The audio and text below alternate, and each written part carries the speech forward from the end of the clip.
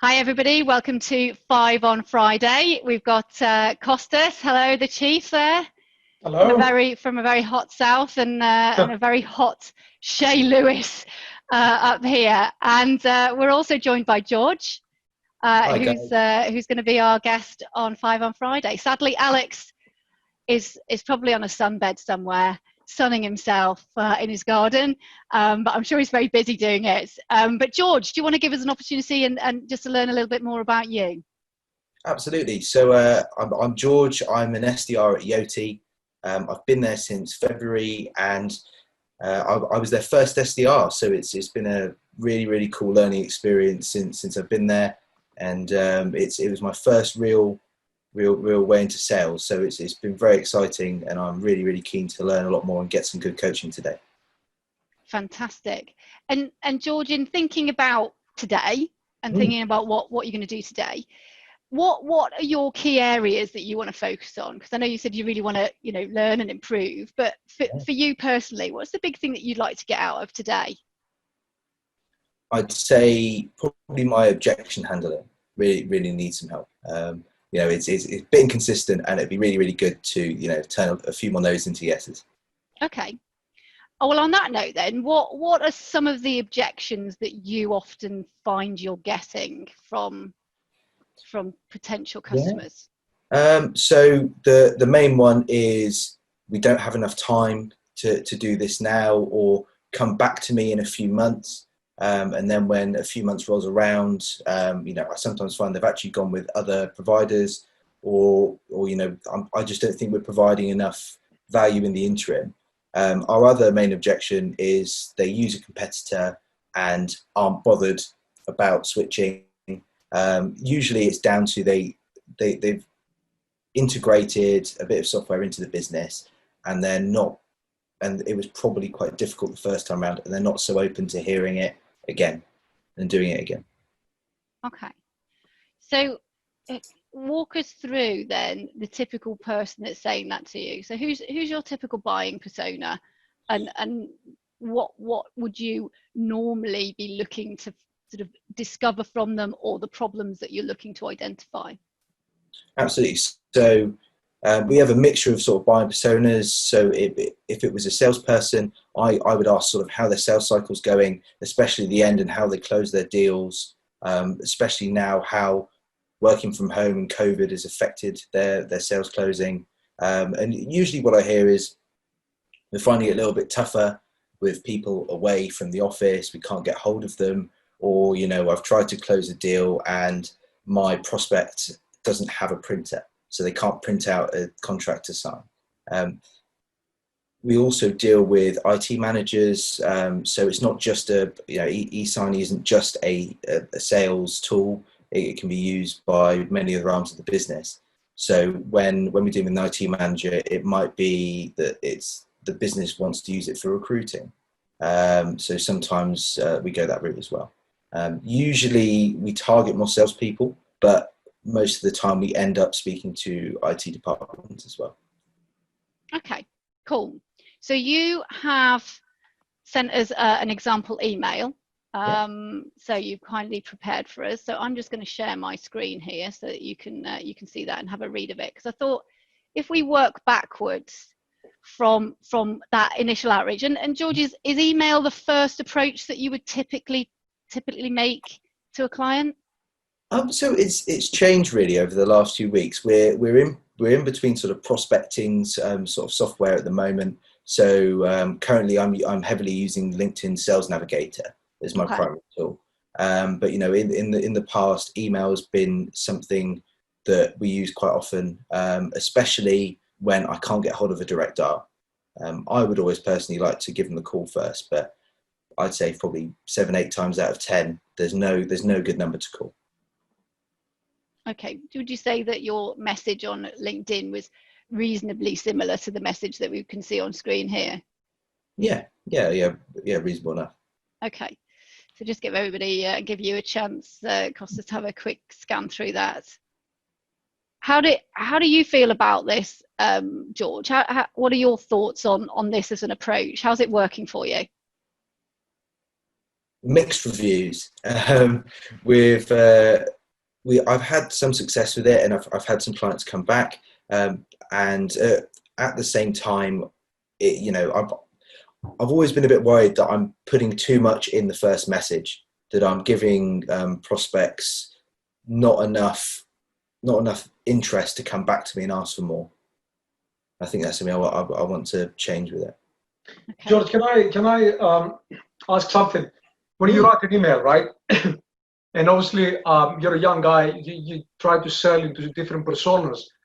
And these guys may be like 10, 15 years, 20 years, 30 years older than you.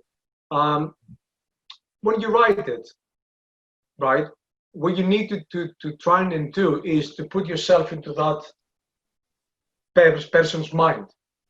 Now, assuming that you can do that, like magic wand, now you are a sales director of an automotive company, right? A lot of paperwork, whatever the issue there. Which bits of your, can you tell us which bits of your email, if you were one of those individuals, would attract your attention, would say, oh, okay, now I get what he's saying. Which exactly bits of that? Which sentences, if you want to choose a sentence? For me, it would be the one that says, our solution will help you get new customers and businesses signed to a legally binding contract within minutes. Our solution, what is it? Yep.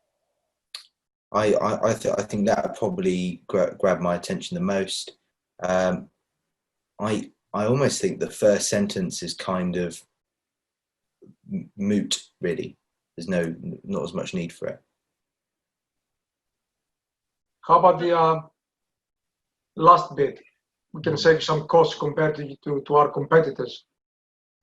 Yeah, oh God, absolutely. So, I'd say most of the time for dealing with businesses, they don't have something in place. But right. in the cases where they do have something in place, I'd say 9 times out of 10, they're usually paying too much for their service. So that's quite a nice, easy conversation to have with them, just to make sure that we're still hitting the same sort of service levels. Okay. While saving them a little bit. So the first sentence is pretty much redundant, right? Yeah, pretty much. Absolutely. What do you think? Again, you're still in that persona. You're busy. You're trying to make money, right? That's your job. Let's say that you generate sales. Someone sends you an email that the first sentence doesn't resonate with you in any shape or form. What do you think? I think you're probably going to delete it straight away. Okay. So then you have the people that will delete it, right? Immediately. Yeah. So we're not talking about these guys because obviously you need to change. Talk to me about the solution, the second bit. Again, you try now, you're in my mind, and you're trying to attract my attention. I will only read 1 or 2 sentences. What exactly are you saying? I'm saying that we offer something to improve your contract and agreement process. What's the problem? What's the problem that I'm having that you're trying to solve? Because let me put it this way: most people that will read this, our solution will help you to get new customers. So what? Yeah, very true. I would say, are you having issues with your agreement process right now? What is the issue? What do you? Are you struggling to get sales across the line? So George, when you're thinking about the fact that you've got objections, because I really like that we'll help you get new customers and businesses signed to legally binding contract within minutes. That's great, right? That's great, but that's kind of later. Sure. But when you're thinking about the person you're selling to, you've already got everything stacked against you. The inertia, the I can't be asked factor, it's easier, we deal with it, we're fine, it's not an ideal process, but you know what, if it ain't broke, don't fix it. It would cost too much money, it would be a hassle, I'd have to train the teams, nobody likes change. But so you're walking into any given situation with a pivot that says all these things are stacked against you. What you've got to do is to enable you to overcome those objections later. that it's too much time, I don't have enough time, or it's too much money, is to change that. So all of the things stacked on the reasons for change are much, much weightier than the reasons to stay as you are. Yeah. Because, you know, liken it to smoking. There isn't a smoker out there that doesn't think it would be better if they didn't smoke, but they don't change their habits because it hasn't had enough of a pivot that it's more worth them changing that. You know, we'd all like a bigger house, but there's loads stacked in our favor not to go move to a bigger house. So you've got to be thinking about what is going to change that for that individual. And that will have a fundamental impact on your later ability to handle the objections. So there's two ways of doing that. There's one, exactly as Costas has just said there. What are the problems you're trying to solve? What are the problems that they're sitting there right now and they're just pissed off because they can't do X, Y, and Z, because they missed the deadline for the end of last month, that they didn't hit their quota, because bloody Cheryl in their team didn't get that contract signed because Bob, her customer, didn't have access to a printer, and fax machines are a thing of the 80s. But so you've got to think in their you got to think in their seat, and then you can't even stop there. You've got to go further and find out, well, what impact is that having on you? Why is that pain? What impact is that causing to the business? I used to do training on to call it the three Ds. Anybody who's ever worked for me will recognize the 3 Ds. And it was death, divorce, and destruction. If you can't link the problem that you solve to the fact that if without it, they're likely to have death, divorce, or destruction, then you're not digging deep enough. Now, clearly, I wouldn't expect you to go to the place where if they didn't get a contract signed at the end of the month, then it's divorce because the wife had already had plans to spend that on a house. But that's my point into where you've got to take your mind. Yeah. Okay. Yeah. Fantastic. So think of it as you've got those objections at the end. You've got to solve those right the way at the beginning. So how would you go about, to Costas's point, changing this up? Thinking you've got the benefit statement there, but the benefit statement needs to be led with those problems. How would you change that up? I think I'd probably lead with a lovely, very alarming statistic, such as, did you know a paper-based agreement process can take up to 7 days, going back and forth this whole time? Sales teams are losing momentum in their deals and are making them much harder to get across the line. I would then pivot that to saying switching to an e-signing platform would allow you to get deals signed in as little as 5 minutes, and over 85% of our deals are signed within 2 hours. Does that sound more on the right track? You're getting there because you're now clarifying your proposition much clearer. There will be probably 1 to 2, maybe 3 categories of people that will receive this email, right? Mm-hmm. People that may not be the right people for you to be speaking with, not the right prospects, you know, some marginal individuals.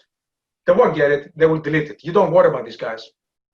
The problem with email outreach is that you may confuse the right prospects because you haven't clarified the point or the pain point that you're solving.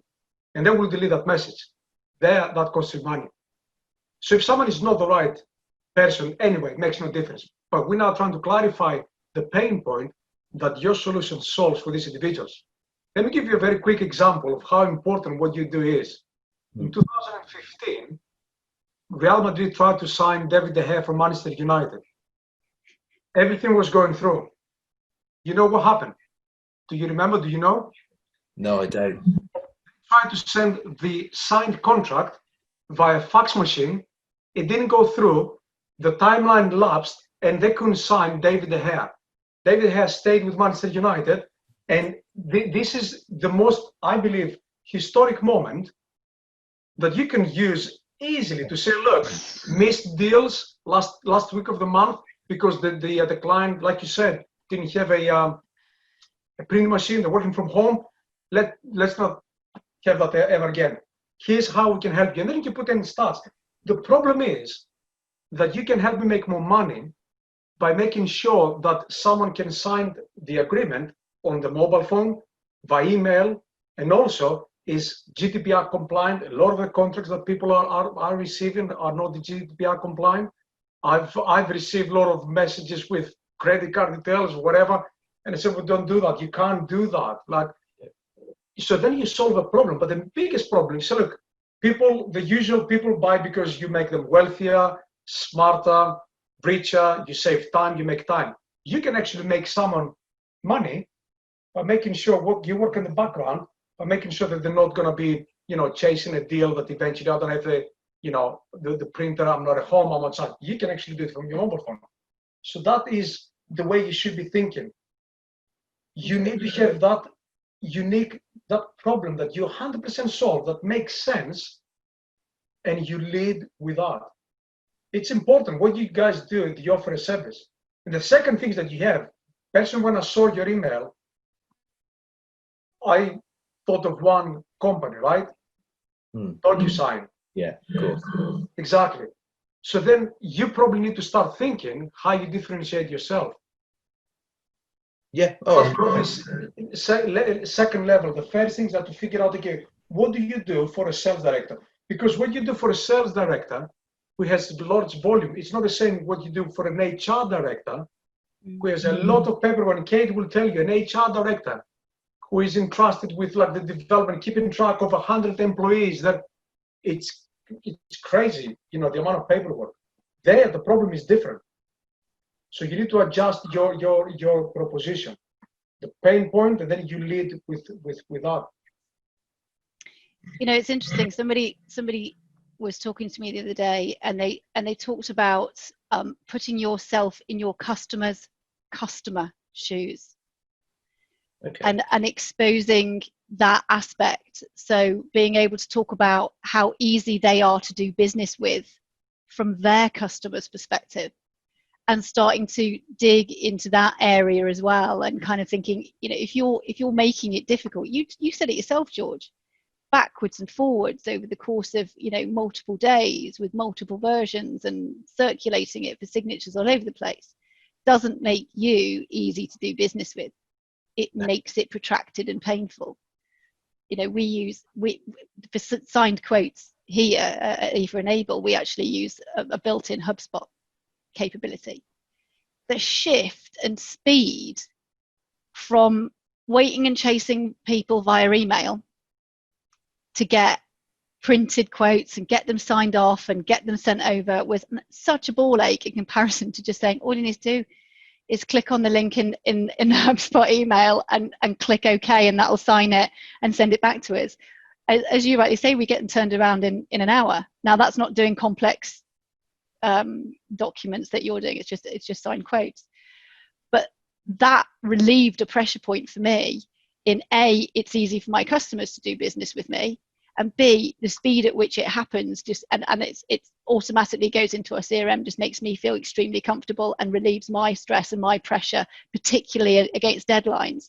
So it's just living in the shoes of your clients and what they're dealing with their clients, if indeed you're in a sales position, as Costa said, with HR directors. Had you put that? Did you know that 10% of the sales are not completed by the end of the month because the contract is delayed because of? Then that makes sense.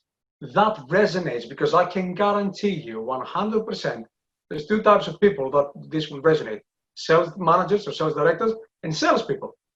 Salespeople is really, really important for salespeople as well, because they know that we've agreed everything, sign it, it's my commission or whatever, and it doesn't happen, and it falls into the next month, and pipelines, forecasts out of the window.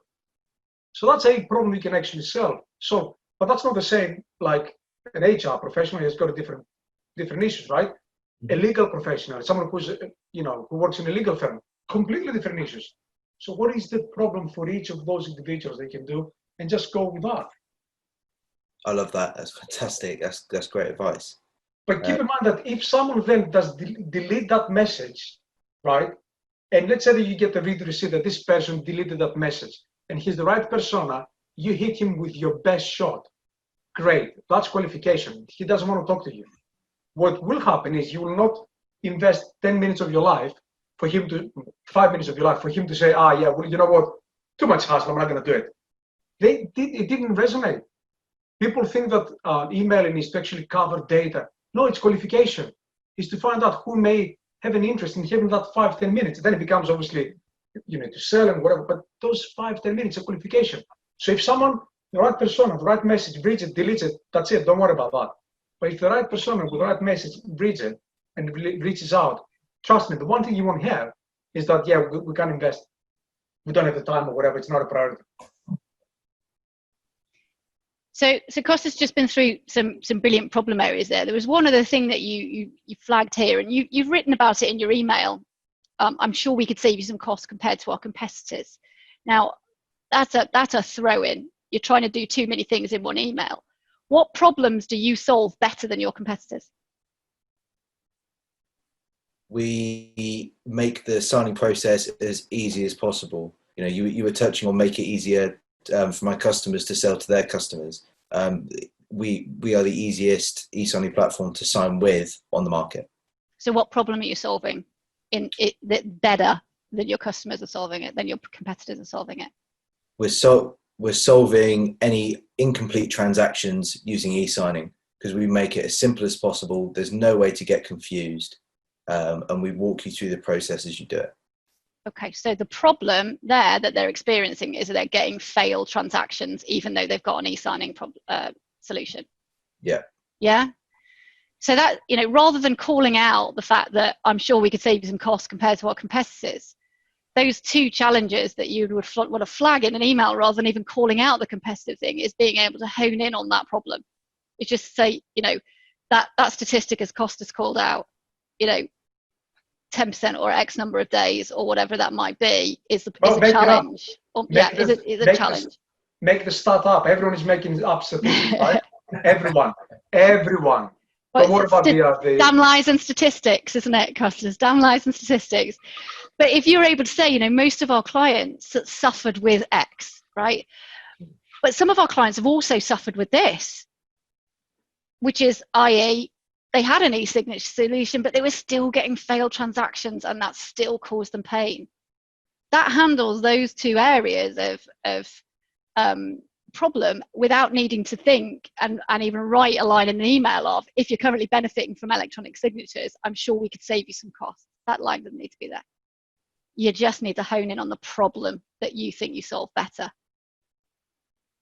Yeah.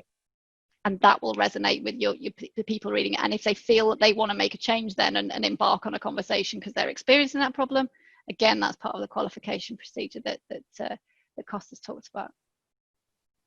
Fantastic. Thank you very much.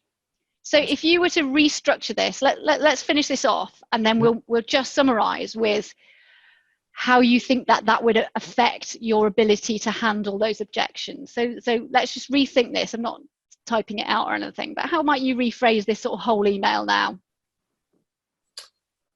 I'd start with, you know, hello, X number of salespeople are currently experiencing blockages to their quota at the end of every month due to lackluster deals not going across the line. You know, customers using our platform get X number of deals through within 2 hours. And then, you know, there's definitely no waiting for your deals after that. We do this by making it easier for your customers to sign your documents and make it easier to make sure everything is compliant and you know, help keep business moving with as few interruptions as possible.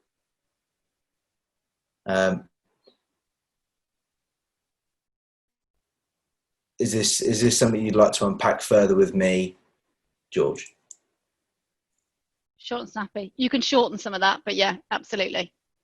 Yeah, keep in mind the guy's doing it, you know, live. No, so, I'm nitpicking now, Costas. I'm nitpicking. But again, you know, I would never write anyone an email for anyone, because you need to put your personality. You need to be, you know, write it. But it's the thinking. It's you. Adults understand context. So I think that you got the context that you lead them with a problem and you work that problem as much as possible. ignore, don't make statements. Just always go with the problem and a question.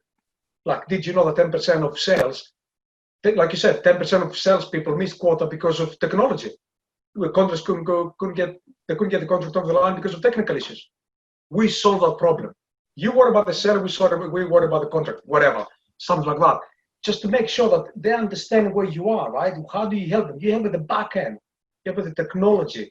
Absolutely will resonate. At least they will have an exploratory call, worst case scenario. They can still throw you objections, but your email did the job.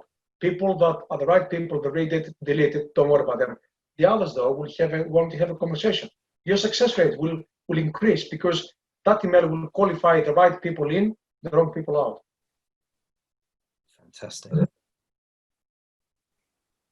Cool. Yeah. Okay. Can you see how you could use those as well in the way that you handle objections, because you've led with that, moving the stack in your favor of all of these problems that you're likely suffering from, and therefore you're likely to have less of a time and a money issue. Yeah, absolutely. And I could also imagine, that kind of email would draw a prospect to thinking, oh, you know what, I really do have issues with my software that, and it's something I haven't cared about until now, but when it's laid out in front of me, it bugs me a little bit. Mm-hmm. Let's do something about it.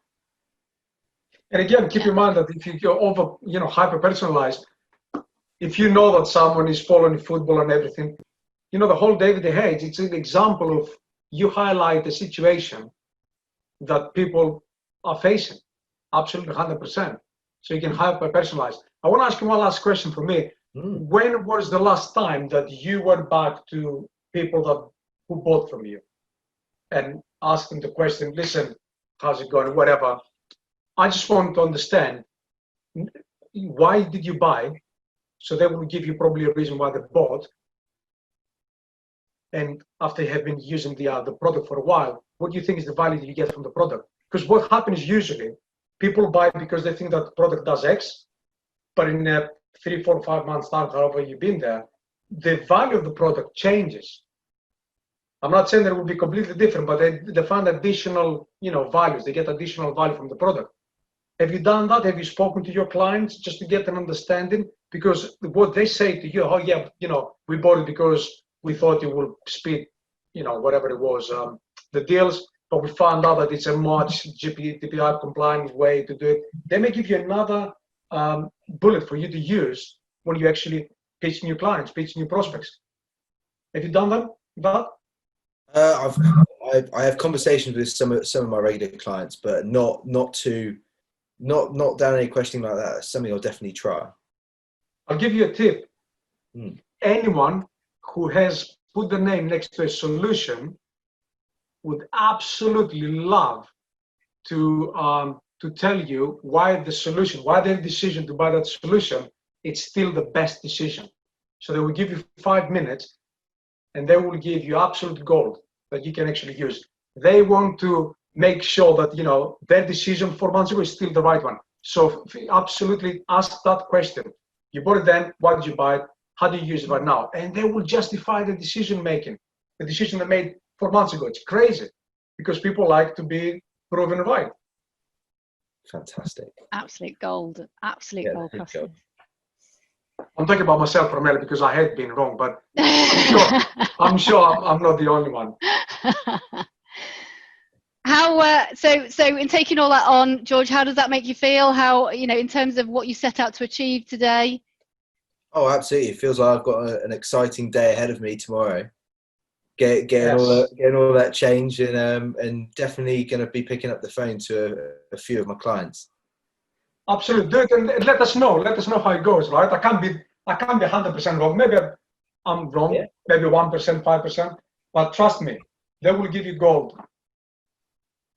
Oh, I'm sure they will. I'm sure they will. Oh, fantastic! Yeah, thank you very much, guys. Brilliant. Okay, well, we'll draw to a close in a minute. I've just got one last thing to ask you, George. Have you got anybody that you can think of that would benefit from a similar session on 5 on Friday? Yeah. There's someone I know who's been doing quite well, but you could always improve as an SDR, and that's Eddie Mallinson. He's an SDR at Global Data. Brilliant. Eddie, we'll be in touch. All right, well, that's another session of 5 on Friday. Thank you so much to George for putting yourself forward and for being such a great sport on today's session. And we'll see you all again soon. Thanks, guys. Cheers. Take care.